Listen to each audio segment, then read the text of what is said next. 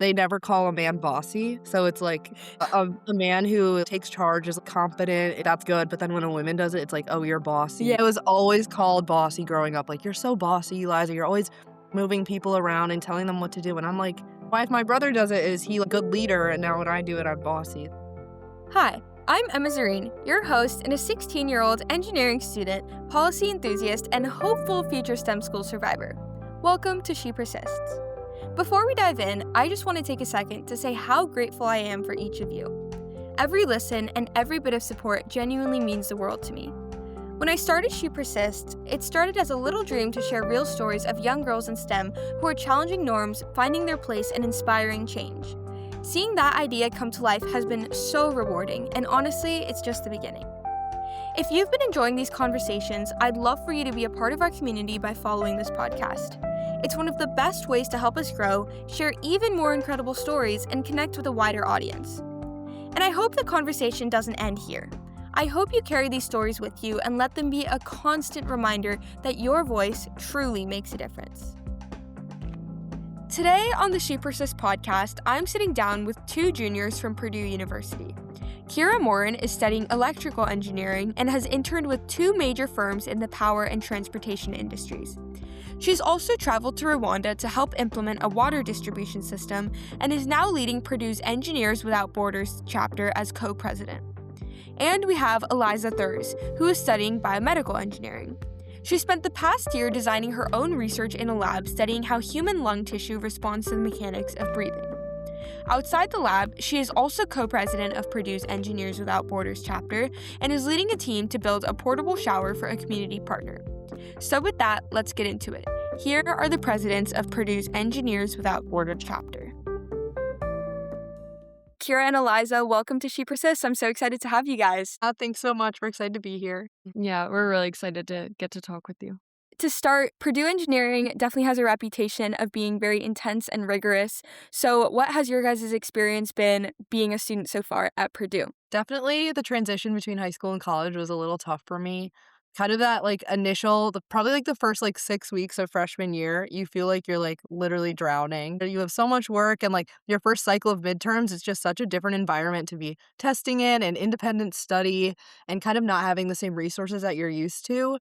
But then after that, it's super manageable and so doable. Definitely challenging, but doable and rewarding. When you do well on an exam, it's it really feels good because you worked for it. Yeah, I'll add on to what Eliza said, but I think I really want to stress freshman year was where the majority of the difficulty was.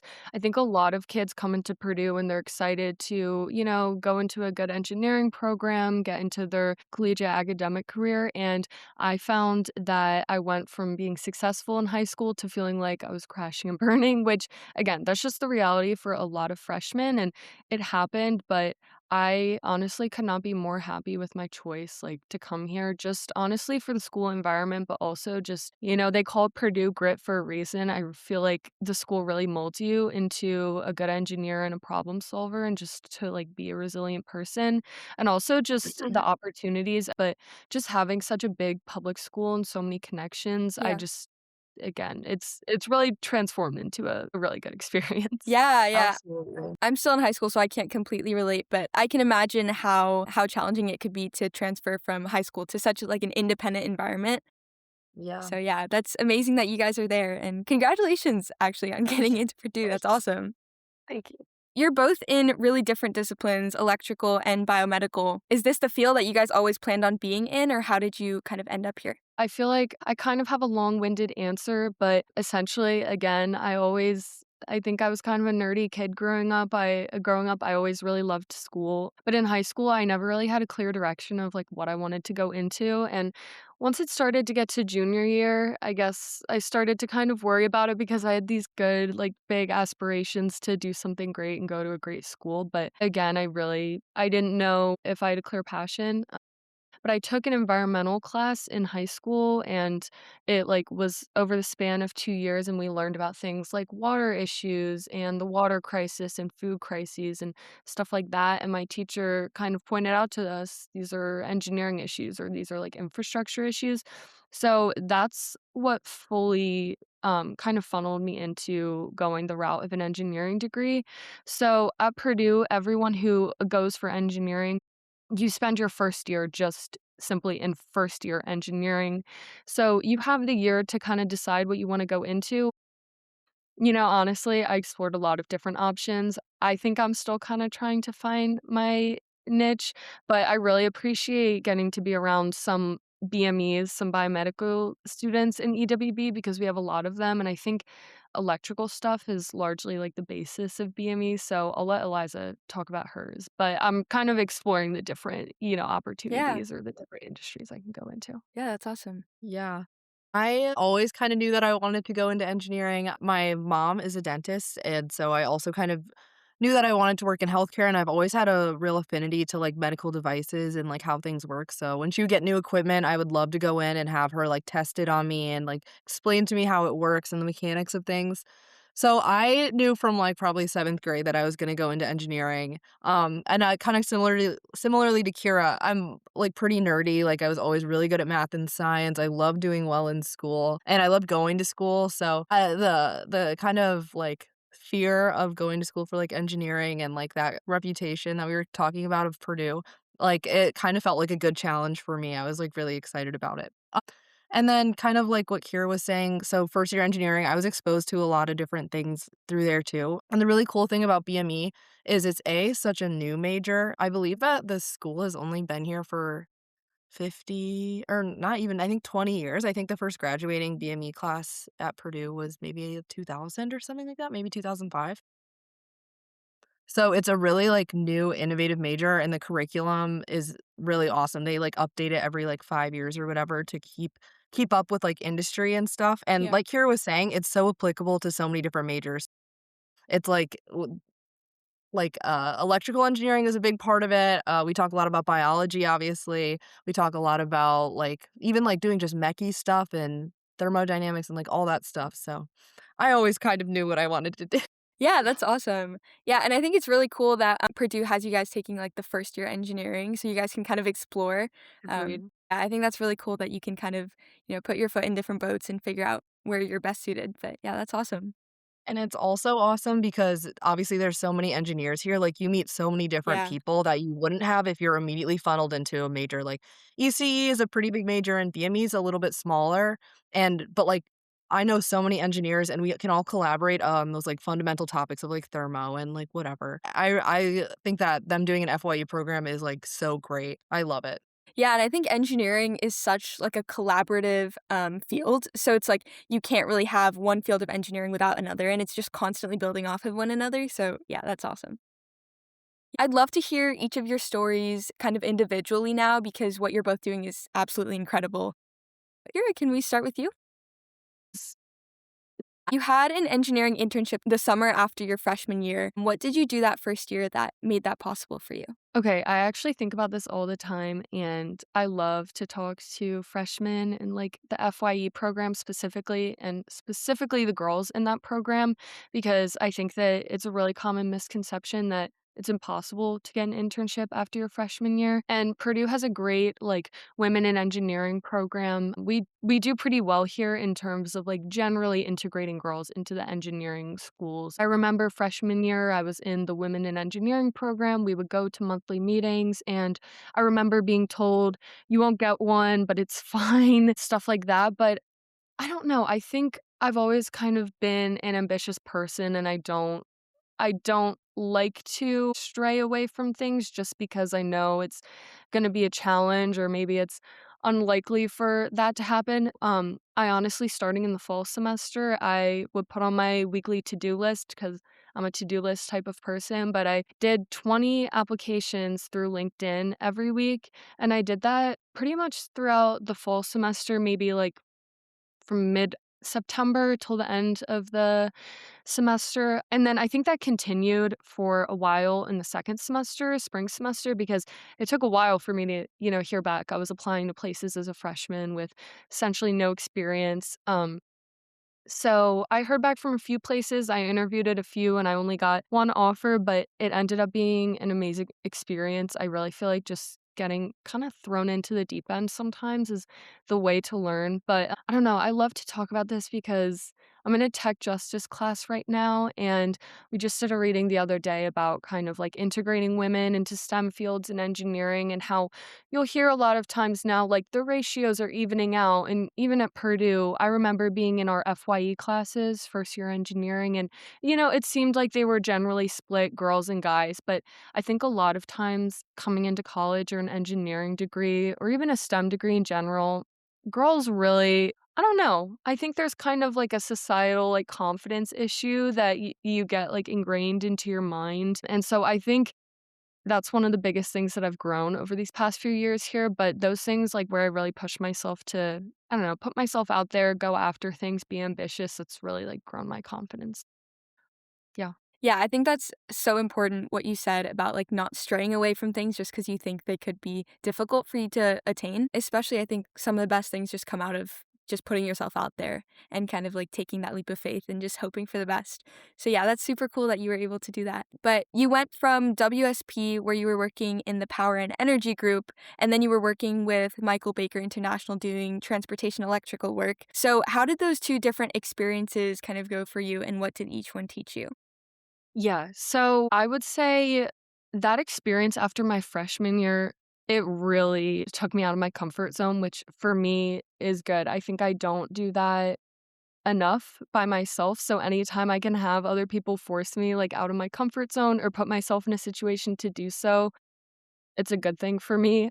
So having that, like, in a professional setting was really awesome after freshman year. But USP is a really large firm, worked at the one that was, like, nearby to my hometown, so it was kind of crazy how it worked out, and I was really grateful for that, but I was, the only intern in my office. It was kind of like a hybrid setting, so I think in the beginning, it was a lot to adjust to. I wanted to make sure I was, like, living up to expectations and, like, fulfilling the requirements of the internship, like, a junior could have done or something like that. But it really ended up being an amazing experience. I did more days of, like, field work during that first internship with WSP, and I got to know some of the engineers on my team extremely, extremely well, and there was a CAD technician on our team who um, I I mean, he was someone who, like, wasn't fortunate enough to ever, like, get a formal education, so he was the team's CAD technician, and he was, like, the most technically adept man I've ever met. He spent so much of that summer, like, kind of developing my CAD skills to be, like, a much more advanced, I don't know. He just helped me build a much more skilled, advanced skill set, and yeah, I think that first internship was really challenging. It was like, both of my internships have been consulting style, and I think it kind of depends on the company you're at, but sometimes with a big company, it can be kinda hard deadlines and quick turnaround, and you're working on a bunch of projects at once. So, going in after freshman year, I really didn't have any technical or, like, nuanced experience, so I'm so glad I did that. I think that just brought me into my first year in ECE a lot more prepared to, like, have to overcome things and figure things out and, like, know when to ask questions, stuff like that. This past summer, I was working in Pittsburgh at Michael Baker, and, like, my sister lives there. It was honestly just awesome to get to kind of, like, have that working in a city experience. It's something sometimes I crave because living at Purdue, it's kind of a different type of environment. So it was fun to just, like, kinda have that different working experience, and being able to, like, work in a city office, stuff like that. But this past summer, the team and my supervisor and everyone, they were incredibly, incredibly kind people. I would say that my 2 internships were pretty different experiences, even though they were both consulting and within big groups. This past summer, I was specifically on an electrical team within a civil firm, so it was kind of more, I don't know, again, like, more nuanced type of projects, so it felt more exploratory. I certainly had to get a little bit more guidance from the team around me, but I was really lucky to have a bunch of amazing engineers around me. There were some really experienced women on my team this past year, so I was really excited to see that as well because I didn't have that experience freshman year, which is totally fine, but I just I do appreciate getting to work around, like, such experienced, like, career-focused women sometimes. But, yeah, over the summer, I got to take a trip down south. I did some bridge projects and some electrical projects in, like, Tennessee and Missouri and Mississippi, so it was super awesome. Both really great experiences. Yeah, those sound so incredible. And I think something that's really cool that you were mentioning earlier, is you were saying you didn't necessarily have like the technical expertise or, like, the Not at experience. all. Yeah, and I think it's sometimes it can be, like, intimidating applying for these things where, they're asking for no experience, but it feels like you need all the experience to start. Yeah, so I think that's really cool that you were able to kind of go in there, have, like, a fresh start, and just learn from so many people, in the field, and also have 2 very different and diverse experiences, so I think that's really cool, that you got to experience that. But yeah, so you also taught undergrad physics as a TA while still being a student, which is so impressive. What was that experience of being a TA like, and have you ever had an interest in teaching? I actually have had a strong interest in this, and this is kind of something that I still think about. Sometimes I think about it and I imagine myself in like 40 years being kind of retired and I go back to teach high school, which I think I would just love. But generally, I think my personality is more human focused, which again, I was talking about going into engineering for the hope to like I know this sounds so cliche, but leave a positive impact on society or do something to like help the lives of the people around me. And I think that's just always kind of been a like really large intrinsic motivator for me. And so when I was in high school, I had younger brothers, so I tutored their friends for a few years and I found that I really loved it. I don't know what it was, but I just would get really attached to these younger kids that I would teach, and especially when you're teaching someone who maybe, like, has a different learning style or they just struggle in ways that I think a lot of people will, like, overlook or brush them off as being dumb or, like, unable. Again, I think, like, those labels are really stupid. I think a lot of, like, those limits we put on ourselves are just, like, I don't know, from other people or from, like, your own mind. I don't know. So, I always really enjoyed tutoring, so when I came to school and I took my freshman classes and I learned that, like, oh, if you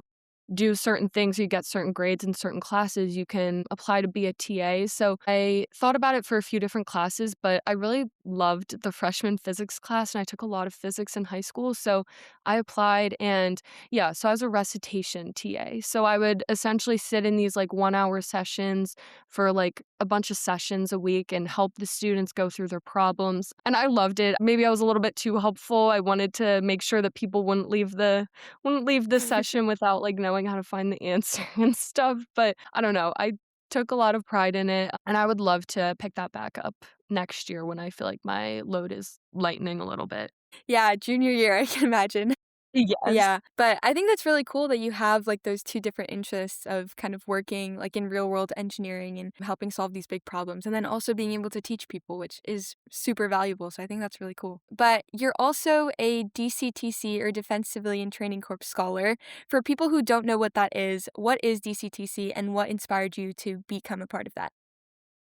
Okay, I'm gonna be completely honest and candid here, but I think that this involvement of mine kind of strays a bit from the other like interests and passions I have. But essentially, sophomore year, I got an email. It said like full scholarship, this and that. And something that I've been seeking out for all of college as an out of state student is ways to kind of lighten the financial Yeah. burden. And I don't know, I think freshman year and a little bit of sophomore year, I felt a lot of guilt about that. Like I used to apply to smaller scholarships and like private scholarships for the amount of like 500 and $1,000, which wasn't really gonna make too much of a dent in my tuition, but that's what I used to do. So, anyways, the ECE school emailed us and said, there's a full scholarship. There's this great program, and it's essentially like this educational scholarship for service program where, engineering and technology students are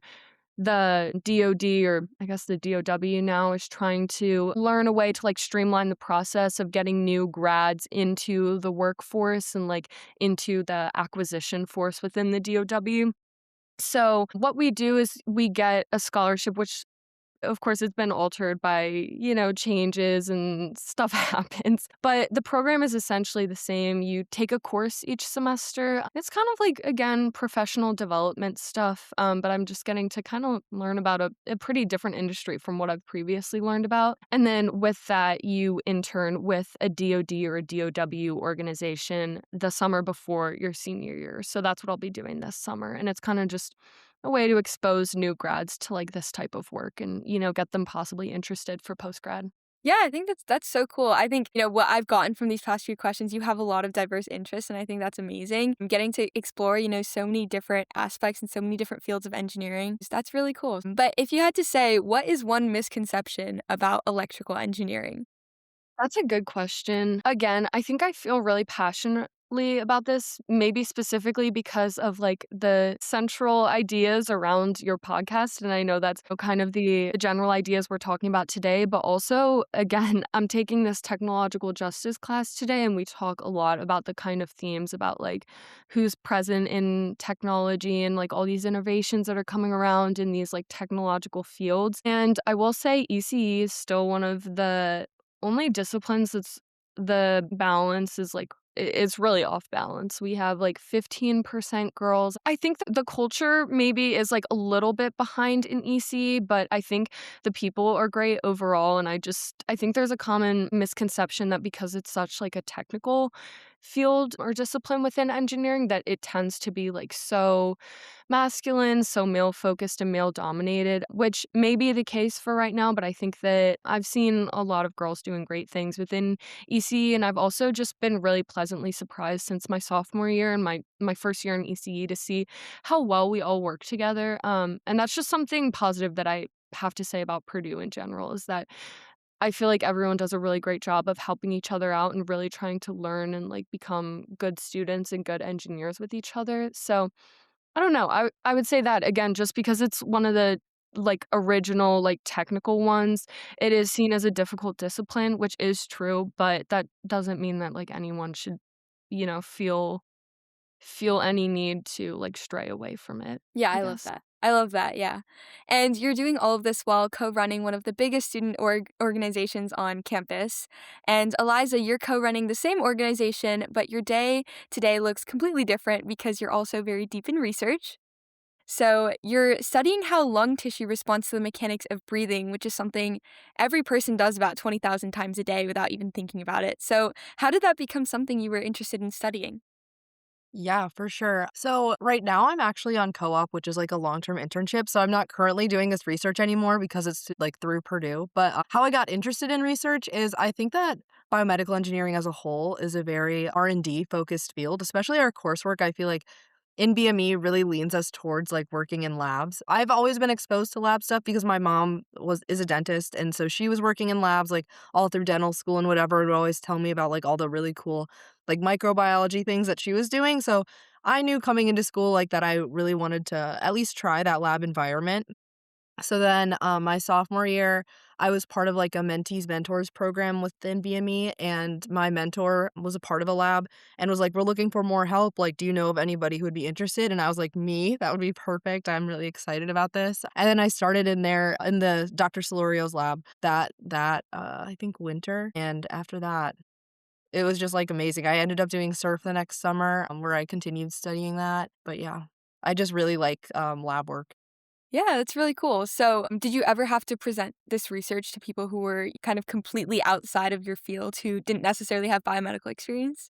Yeah, absolutely. I think that one of the most important things that I've learned is, especially in a health related field, it's really important to be doing all the research. But if you can't communicate it effectively to the public, then like it doesn't matter so much. I really liked for surf, we do like a symposium at the end of the semester or at the end of the term where you present to people who are doing like all kinds of different research. And I thought that one of the best ways to help me practice for that was to present to like my dad or my brother or like people who didn't have like a lot of experience in the especially like very biology technically focused fields, and kind of see what questions that they had or things that I maybe breezed over that, like, didn't really make sense to them. But yeah, I definitely think that effective, clear communication about really, like, deep technical topics is important and something that I've been working to hone my skills on.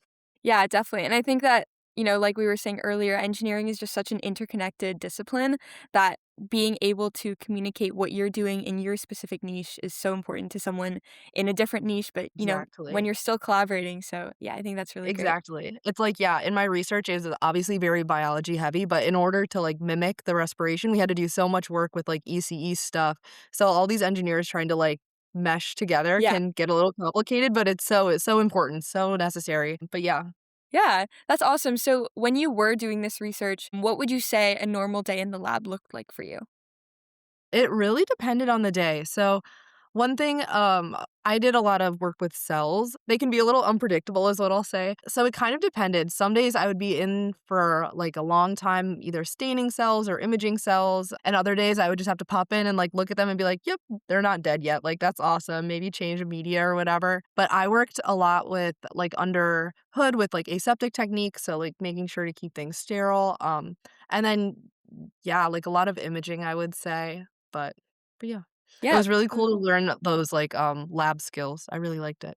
Yeah, that's awesome. Do you see research as something you would want to continue in the future, or do you see, like, academia as a field you might wanna stick in? Yeah, I talk with people about this all the time. Like, every single day, my brain flips. I'm like, "I wanna go into research. I wanna work in a lab for the rest of my life." Like, it's so cool to be on that, like, the forefront of medicine. Like, Yeah. everything that you do in a lab, it can spiral into learning so much and helping so many people. Then sometimes I'm like, "I don't know if I wanna do a PhD. That's kind of a long time." Yeah. Whatever, and then I'll be like, maybe I'll do a master's, and then there's, like, 2 different master's programs you can do here. There's, like, a 4+1 master's, and you can do it thesis-based or not thesis-based. So then I'm like, "Oh, maybe I'll do one of those," and then I'm like, "I should go somewhere else for grad school," so I'm all over the place. Yeah, no, that's fair, and you still have time to think about it. Exactly. Yeah, yeah. So, doing research as an undergrad, what would you say that experience has been like in terms of, coming into it with less experience than maybe like a grad student or something like that? Yeah. So, the really cool thing about research is that, like, there's so many different areas to do research in. They have a lab for, like, everything, and it is, like, very deep technically focused. Like, these people who are doing research know everything about what they're doing.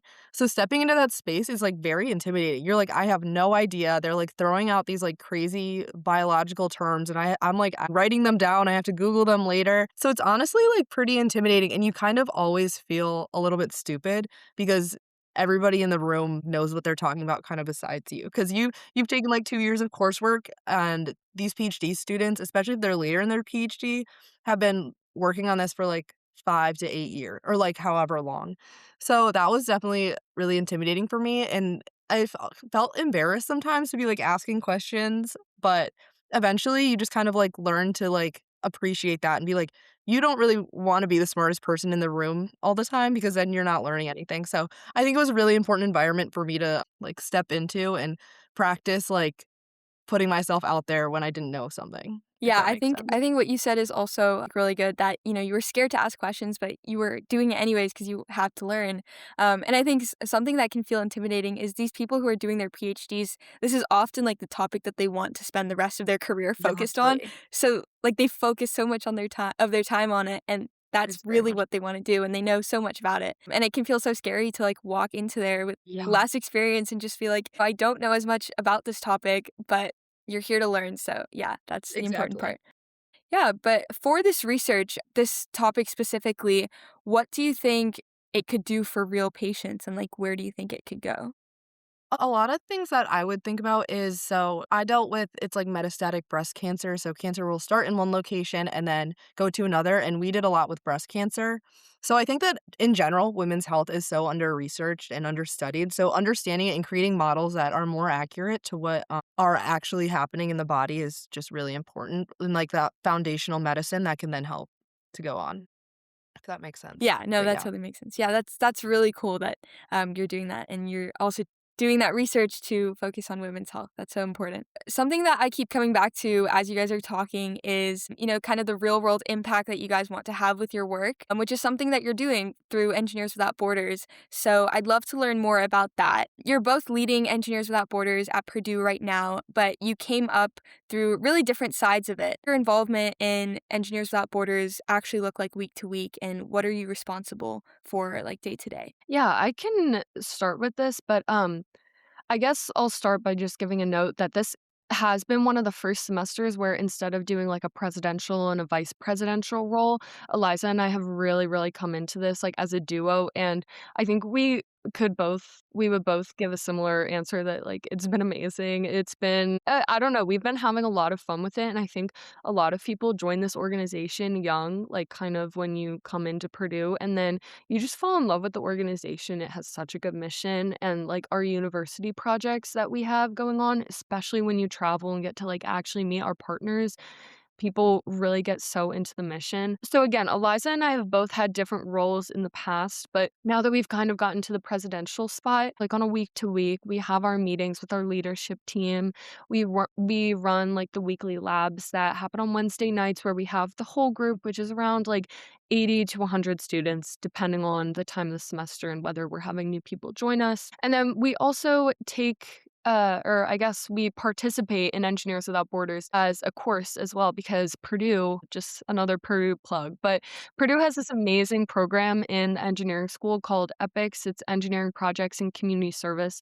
So EWB, or that's short for Engineers Without Borders, is a team within EPICS. So students also take this or are part of the organization for like 1 to 2 credits a semester. So we talk with the TAs a lot. We handle a lot of like those week to week smaller tasks. But I think the largest part of the role is just that, we have a Rwanda project, we have a Louisiana project, we have a health project, and we have so much fundraising work going on. And I think our job is kind of just to make sure everyone like has their head screwed on tight and they're doing fine and nobody's too overwhelmed because again, we've both been in different like roles in the past, and I think at times those have felt more overwhelming because you have more of that like personal ownership over the specific project you're in charge of. So that's a lot of what we do is just like checking in with people and having like short meetings with them throughout the week. And I don't know, Eliza, if you want to add on to that.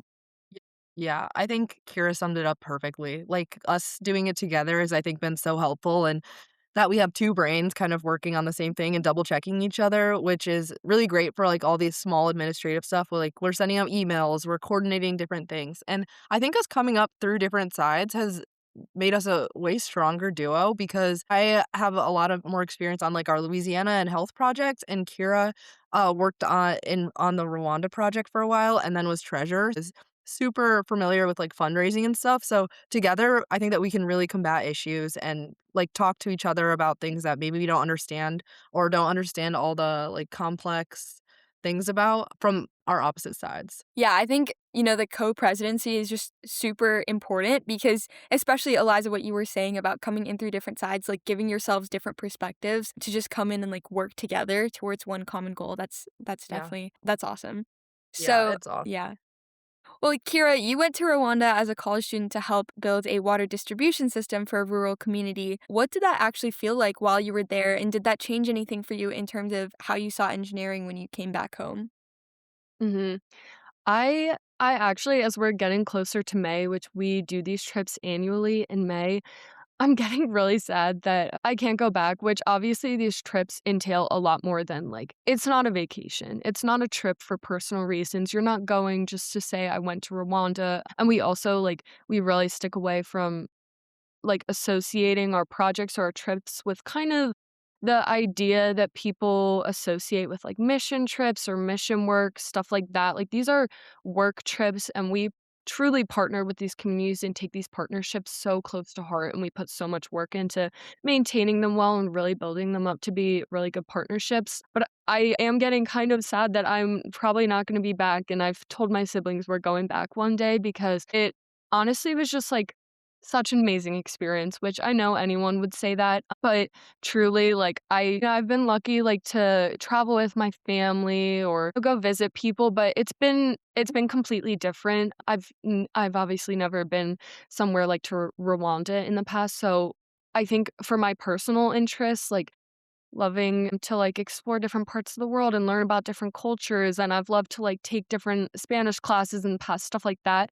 It was really awesome just to, be in Rwanda and see, like, a different way of life, lifestyle, stuff like that. But it was just, like, a very impactful trip. I know, like, we say that we stay in Kigali, which is the capital of the city, but we are lucky enough to, like, stay there in a comfortable hotel and stuff like that, and then each day we drive out to the communities that we work with, which are rural communities, like, around 30 minutes to an hour outside of the city, and I don't know, a lot of what we talked about was, like, culture shock going there and then reverse culture shock coming back, um, because it was just a really unique experience, and it at times was hard to talk about some of, like, the topics that we had to discuss over there, and to we did a lot of interviews with the women in the communities that we worked with. We played with the children, like, both weeks we were there, but we just kind of in the back of your mind, you're comparing it to your childhood and how Yeah. differently you grew up and stuff like that. And something else I'll say is we got there, and after, like, these long flights, we were looking for all our luggage, and we had all of the bags except for one, and my bag, like, didn't make it over, and everyone's first thought is, like, "This is the worst," like, "Your hiking boots are in there," like, "This is not good, this is a disaster," but literally, like, the first day we went out in the communities, I was like, all these girls that I'm staying with on this trip and my advisor, they're doing so much to make sure that I'm more than comfortable, and then we go out to these communities and you just realize, like, how fortunate you are, and just I don't know. It just was a really unique experience, and it was amazing, and I just like, the Rwandan people, everyone we worked with, they were genuinely the happiest, most kind, like, most gracious people I ever met, which there's no reason for them to, like, be so gracious to us. We're really just, like, partnering on a project. We don't want that to be the type of relationship, but genuinely, like, it was just such a unique experience. I would love to go back. It was awesome. Yeah, I think that is so incredible that you got to have that impact on those lives. And, like you said, see life through a different perspective and just see how fortunate you were to go there and just being able to have that impact on those people through the work that you're passionate about doing is just amazing. And yeah, that's really cool that Engineers Without Borders is able to have that kind of impact every single year and just change so many lives. Yeah. And Eliza, you're working on a project to design a portable shower for a community partner. How does working on something so personal change the way that you approach engineering? I think that in general, like, I kind of want to go back on Kira's point. Like, the partnerships that we talk about are really like partners, like, in tandem. So, like, having the opportunity to work like really wholly with the community, like, we're not doing work for them, we're doing work with them, is I think just it. Engineers Without Borders has really ingrained this in me when you're doing work like this. Like, you're doing work with them, you're not doing work for them. And kind of like Kira touched on those relationships of like partnership. I think it's just kind of amazing. And doing projects like these, doing the portable shower project, or we did it with our Louisiana project partners. And kind of the main goal of that project is hurricane resilience. So we did work to like build a hurricane resilient structure for the community, for them to like gather and meet in, especially post hurricane when everybody's homes are destroyed. They have like a place where they can come together and have like electricity and things like that, but also so that like they have a place to be together. You know what I mean? And the shower project was kind of an offshoot of that. Health is a very new addition to EWB. So when we joined, we were trying to find a project with our Louisiana project partners, and this was just something that we thought was going to help us get our feet in EWB as a health team, as a new team, and also provide like a small supplemental project with our partners to like help maintain our relationship with them and like show again like work with, not for. So yeah. I loved it, yeah. Yeah, I think what you said about like working with the partners and not for the partners Yeah. is so important. Because I think especially when you're helping these other communities, it's so important to be able to create a project where, you're helping them build up their community too.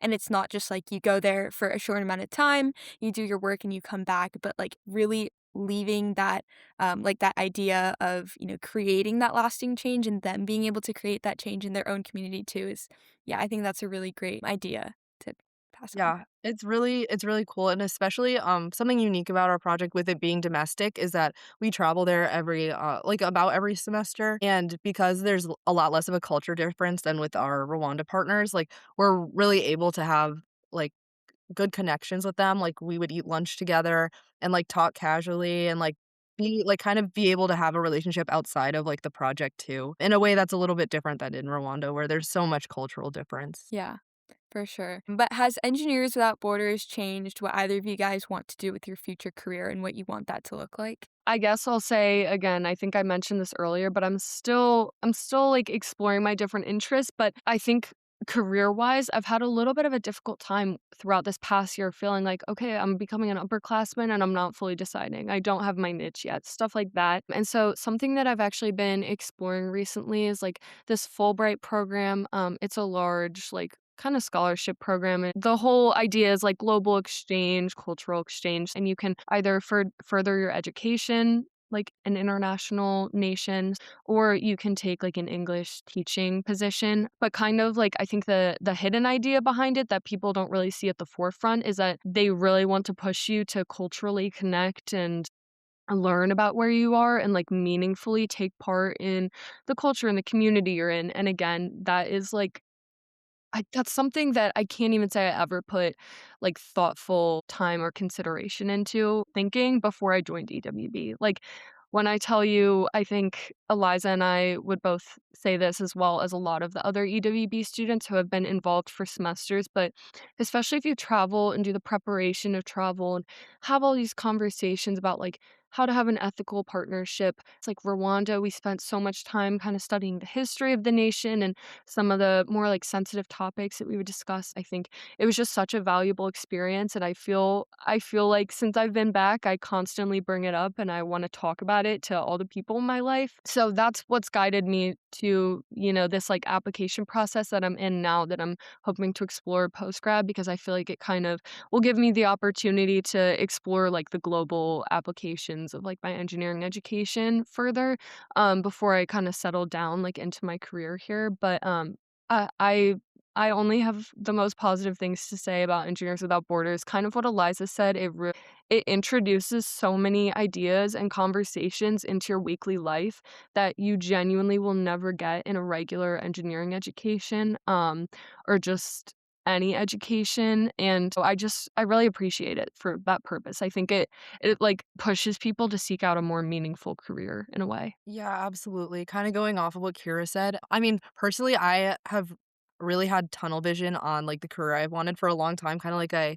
previously mentioned, but Engineers Without Borders has, like, absolutely transformed the way that I think about engineering problems and solutions. Kind of like Kira touched on again, like, thinking about, like, the ethical considerations of, like, what you're doing is so important, and I think Engineers Without Borders has really taught me how to think about those problems and think about the things that, like, I would have never considered before. It has genuinely changed how I approach engineering, how I think about engineering, how I think about, like, global relations, like, it's really amazing, and it's one of the very few opportunities at Purdue to have a real world impact, which is, I think, so important. In your classes, in your coursework, it's really easy to kinda, like, brush over the ethics of things, because of it's a hypothetical situation, but when you're, like, talking to communities and traveling to country like, it really changes things and the way that you think about, like, everything in your life almost. Yeah, I think it can definitely be really easy to, just sit back and say, like, you want to have that real world impact, but getting to have those experiences where you're really, like, there and having those conversations and those connections and just seeing how those are affecting people and seeing the actual real world impact happen, that's so valuable. So, yeah, that's Yeah, amazing. and it really pushes you to think about ethics, like, I think that when you're learning about it in your coursework, you're like, "Oh, yeah, like, I'm an ethical engineer, I'm not gonna make the wrong decision," or, like, X, Y, and Z because, like, you don't, like, think that you would ever, like, do something with the intent to harm, but really taking time and we talk about it so much in lab with our advisor and taking time to think about, like, really all the ethical considerations of a problem and then the solution that you're implementing, whether it be, like, a solution that, like, is really good for the community right now, but maybe 10 years down the line will give them a financial burden, like, things aren't as cut and clear and black and white as ethical and not ethical, and I think spending time with these problems has really changed me. Yeah, and I think what you were saying about hypothetical situations, it's definitely easy to like look at a situation and be like, "Oh yeah, I would always do the right thing," or "I would always make the right decision," or "I would always like take action." But actually being in that position and being in that situation where you have to make that decision, can definitely just make it so much more challenging and really make you see the impacts that you can have on lives, one decision or the other. So yeah, I think Exactly. yeah, that's amazing. But, looking forward now, you guys both have, the last semester of your junior year and your senior year left at Purdue, and I just wanna talk a little bit about what you guys are looking ahead to. So, Eliza, you're in biomedical engineering. Are there any specific problems that you're particularly interested in exploring? Oh, that is such a hard question. I think that biomedical engineering is such a cool field. I am so obsessed with it. I love it so much, and it is so broad. Like, there are so many avenues that I could go that I'm interested in. I am really interested in, like, kind of a pharma side with targeted drug delivery. I think that there's so much to be explored on with, like, women's health and exploring different, like, opportunities for, like, contraceptives and birth controls and different stuff like that. I wish that I had, like, one thing that I really loved, but it is such an amazing field, and I think the principles behind, like, wanting to help people in healthcare give it such, like, a cool context, like, I don't know, I don't think I could choose one thing, Yeah, but you I have really time, like so I do really like research, and the co-op that I'm doing right now, it's at a medical device consulting company in West Lafayette, so it's really cool that I, like, go and work a 9 to 5 every day as, like, a biomedical engineer, essentially, and then I still get to be on campus and live in my apartment with my friends and be a part of organizations that are so awesome and wonderful, like Engineers Without Borders, and that has also opened up so many new things to me, so we do a lot of stuff. We do consulting from, like, the entire design process, from, like, initial ideas into, like, helping people get past through the FDA. And kind of understanding, like, even on the quality side of things, like, what tests need to be in place for this medical device to pass, and thinking about those kinds of things, because obviously medical devices and everything is a very heavily regulated industry, yeah. especially within the United States. And kinda thinking about those kinds of things that are careers that I never really thought of. I touched a little bit on before, I think that here at Purdue, BMEs are really pushed to go into research, and this has kind of opened up another door of, like, a more industry-focused or even quality side of things that I could also be interested in. So, again, I'm all over the place, but Yeah, no, that's totally fair, and you have so much time to decide and still explore. But yeah, I think that's really cool that you've had those two experiences, one with research, one with industry, and you've seen like two sides of the same field and how you can kind of interact with either sides of that. So yeah, that's awesome. You talk about wanting to stay connected to the global and humanitarian side of engineering, and I know you said you're not decided on your niche yet, but do you know if you'd ever want to consider research or if you'd want to maybe work in industry or internationally? Yeah, so again, I'll preface this by I clearly have various interests in very large scope of areas. So again, if this seems scattered, it kind of is, but I don't know. I'm just taking it No, as yeah, like an that's fair. opportunity and a blessing. Yeah. But so currently for the rest of my undergrad, I've recently been like researching different labs. So I'm trying to get into labs throughout this next year so that I can keep my options open kind of post grad. I just want to get some research experience under Mhm. my belt, which is something that I really would have loved to explore earlier. I think I went through the trenches for a minute with the EC degree. So now that I feel like I've gotten my head above water again, I feel like I'm kind of looking to scope out some of those more like extracurricular R&D experiences for next year.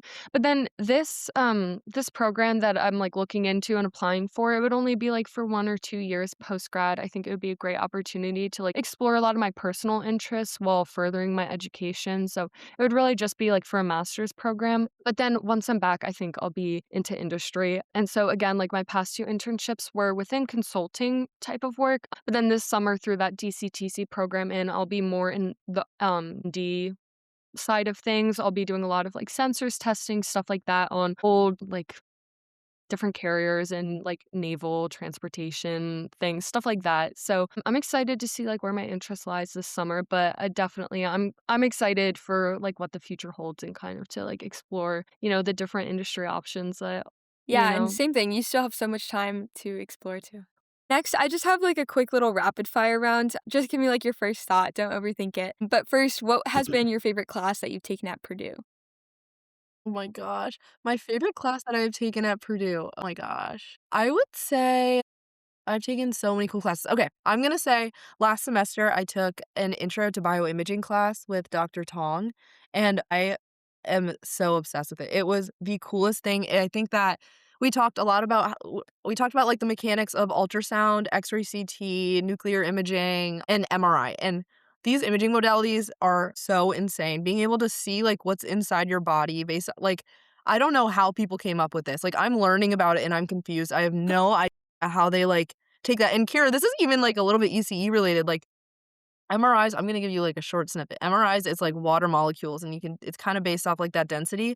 And they take all this information and then they put it into like they do like all this ECE stuff. There's like a million rooms and computers, and they like filter through all this data, and then you like see the inside of your arm. Like Oh that my is gosh. so insane and so it's so cool. And it was really cool to learn about something that like or understand something that, like, is applicable to my life. It's like when I Yeah, go in and I needed an X-ray when I broke my arm or, like, whatever. It's like now I understand, how it like, works. how that happened. It was super cool, and I'm another field that I really love is imaging. I'm doing a study abroad over the summer where in France, a medical imaging one, where we, like, go around to different things. So Oh my gosh, I wow. I love that class. It That's so was exciting. super cool. I talk about it, like, literally every single day. That is so So, exciting. Wow, that sounds yeah. really cool. So I can only It imagine just taking the class, but yeah, that's it was amazing. awesome. Yeah. Plug for Dr. Tong too. He's awesome. Okay, I think my answers are gonna be a little bit less interesting, but okay, my freshman year, I honestly loved some of the FYE classes. We took the initial like coding class, and then the next year, which I ended up loving for some reason, but we used to have these like coding assignments. I thought it was so fun. I used to like, I would have done that in my free time any day. And then, so the next year in EC, we did like the continuation of all of our coding courses and like Python and C. I love any C course, so I'll just start with that. And then right now, I'm in one of my final core classes. It's called ECE 302, and it's just been such a breath of fresh air after the past few semesters. It's like a probability stats based math class where a lot of ECE courses, it's just 90% like math and calc with like some circuits thrown in. So I'm really enjoying this class. And then I'm also taking an electromechanics class. That's Bruh, I awesome. cannot believe you like CS1 50 times. I'm, like, so shocked. I'm dying. No, Eliza, I'm Oh with my you. I'm with you. oh my god. CS I, has like, never got, been it's never like, been my strong suit. PTSD when you said that course code. I was like, "Oh my god." No. No, good. I'm happy. I'm happy. I'm dying. Okay, what's something that you wish someone had told you your freshman year?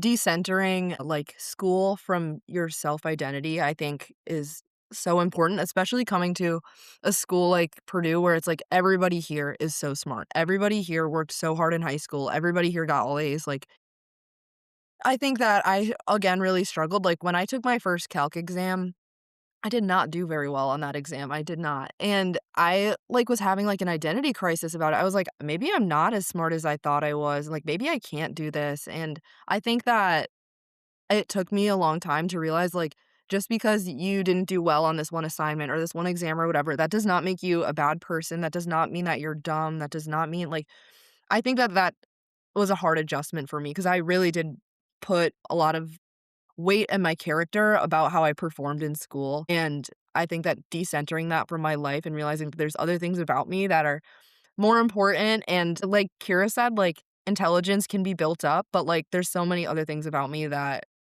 are so, like, just me that Yeah. I don't have to value that in the same way and, like, make it a part of myself or a reflection of myself, you know? Yeah, I think that's a super, super important point. So yeah, Mhm. if you couldn't be an engineer, what would you be? I've always had kind of an affinity to healthcare and, like, having an impact on people. I could see myself doing, like being, like, a doctor of some sort. Well, that or I know we were touching on this a little bit earlier, but, like, a teacher. I did some tutoring in high school too. I, like, worked at it was like a mathnasium kinda thing where I tutored kids, and I TA'd in high school for a lot of math and science courses as well, and I kinda like Kira, I do really love, like, working with people and helping people learn. I think learning is so important and so rewarding, and to help people do that, and yeah, I love teaching too, so something like that. I'm also very social in nature, if we can't tell, like, I never shut up. So, I think that a job where I have a little bit more interpersonal interaction, Yeah. I would have enjoyed that too. Yeah, that's awesome. What's your favorite project that you've worked on so far? just in general. Well, I you amaze me here because every time I have a coding assignment, I actually, like, crash out. I think I'm gonna die sometimes, but I yeah, I feel like, honestly, the shower project that I did is, like AWB has genuinely just, like, changed the way I think about things so much, and we've spent so much time and work and blood, sweat, and tears on these projects that I mean, yeah, I've learned so much about myself and engineering and everything from them, so I would probably say that one too, which is sad, Yeah, but totally fair. What's the best piece of advice you've ever gotten, and who gave it to you? you're asking the hard hitters here. I know, it's a hard question. My mom is, like, my biggest inspiration. I love her, I love everything that she does. So she is a dentist, and she owns her own practice, and she, like, literally built from the ground up, like, put herself through school and then dental school, and she was in the Peace Corps for a little bit, and, like, she's done so many amazing things, and she is also, like, the biggest women proponent ever. Her practice is, like, all women, and I think just having that example in my life of, like, a such a girl boss, like, she is so awesome. She like, just leading by example and showing me that, like, I really, as a woman, can do anything that I put my mind to, and yeah, just I, like, could go on for days about her and everything that she's taught me about who I am, and she's always herself, and yeah, I would probably say just her being her and being I don't know, just instilling those values in me Yeah. and showing me how important women are and building up women is in creating a community and empowering women. Yeah, I would probably say something along those lines. I could try to think of something that Yeah, she that's said so to me, sweet, I but love it's that. Yeah. really just everything about her has made me who I am. I'm, like, literally her mini me, so I love that, that's amazing. Yeah, that's so sweet. But for these last couple questions, it's just kind of more, like, reflective, but when someone listens to this and hears your story and how you got to where you are today, what do you hope they take away from it? I think I just wanna stress the importance of building up yourself and the women around you and creating a community, especially in a STEM-focused world, I guess, or a STEM-focused degree when you're going through school is so important. I think that being a woman in kind of a male-dominated area and field makes it that much more important to build each other up and create a community within, like, ourselves. Even kind of we touched on this earlier too, like, feeling, like, kind of out of place in these scenarios and like, finding your people, especially amongst other women. I just think it's really important, and to, like, seek out those relationships and make sure that we're always building each other up and not tearing each other down. Yeah, 100%. Yeah.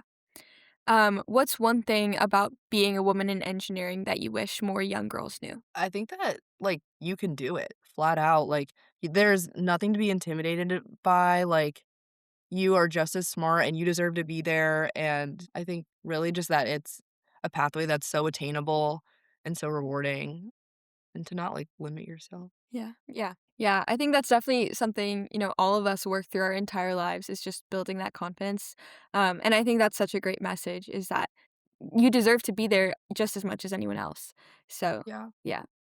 Yeah, Yeah. kinda this is something that I just talk about on occasion, but I always think about this phrase, and it's, "They never call a man bossy." So it's like, Yeah. a man who, like, takes charge, is, like, confident, is, like that's, like, good, but then when a woman does it, it's like, "Oh, you're bossy," like, Yeah. "You're snaggy." And Yeah. I was always called bossy growing up, like, "You're so bossy, Eliza, you're always, like, moving people around and telling them what to do," and I'm like, Why if my brother does it, is he, like, a good leader, and now when I do it, I'm bossy?" So I Yeah. think that kind of thing and, like, not being afraid to take up space or, like, be bossy, like, I don't know. Yeah, no, I can totally relate to that. I think that's so important to keep in mind is a lot of the time it's looked upon very differently when like a male does something versus like a woman does something. And it's just like, don't take that to heart. Just keep on, pushing through the same things and, acting the same ways and still having those same leadership roles without like ever thinking that you don't deserve it. So, yeah, I think that's so important to remember. But last question, if you had to give your younger self one piece of advice, what would it be? Okay? I would tell myself to never try to fit into a mold you're not and always do things, like, kind of, like, in my, like, authentic way. I'm, like, a very bubbly, happy, smiley, like okay, you can't see right now, but I have, like, very, like, curly, like, big hair and, like, taking up space like that, I think I would just tell myself, like, "Keep doing things your way." I feel like I struggled for a little while, like, trying to fit into, like, a more mold because I don't come off as, like, very smart or, like, I don't know, like, those perceptions. Like, I'm, like, kinda blonde, so I, like, fall into that, like, "Oh, she's, like, a dumb blonde," like, and she's always talking and, like, very chatty and curly and, like, she has her nails done and, like, whatever. But I think I would tell myself, "Don't diminish yourself." Because other people might have, like, that kind of perception of you. I feel like I struggled with that for a little while, Yeah, and I I've, I love like, that. grown Yeah. to, like, take that to heart or to, like, when I'm doing things, to, like, purposefully do it my way and, like, bring this, like, bubbly, like, nice talkative energy to things when maybe Yeah. I was other people. actually reading something about that the other day about how, like, in these male-dominated settings, like, women feel like they have to kind of mold to that and, dress a certain way, act a certain way, like, speak a certain way when they're in these fields, but just being able to, like, realize you still are who you are, and just because 'cause you're in a male-dominated space doesn't mean you have to, like, form yourself to act in a certain way. So I think that's so important, and something that so many of us, like, still struggle with is still being able to have, like, that feminine, girly, like, bubbly side just because 'cause you're working in, like, a very masculine setting. So Right. I think that's such a good message. Yeah. I think that's such a great place to, like, end this episode. Just be yourself, take up space. That's, like, one of the biggest messages that all of us need to hear. So yeah. Well, Keira and Eliza, this was amazing. I've enjoyed talking to you guys so much. I came into this, just reading your resumes and kind of knowing you guys through that, but I feel like I'm leaving just knowing about, your experiences and what you guys have done so much more, which is exactly what I love about these conversations. So thank you guys so, so much for being a part of this. And for everyone listening, if this episode resonated with you, please share it with someone who you think would enjoy it too, and leave us a review on your favorite streaming platform. And thank you guys for tuning into the She Persists podcast. So until next time, keep persisting. Once again, I'm your host, Emma Zareen, and thank you so much for tuning in to today's episode of the She Persists podcast.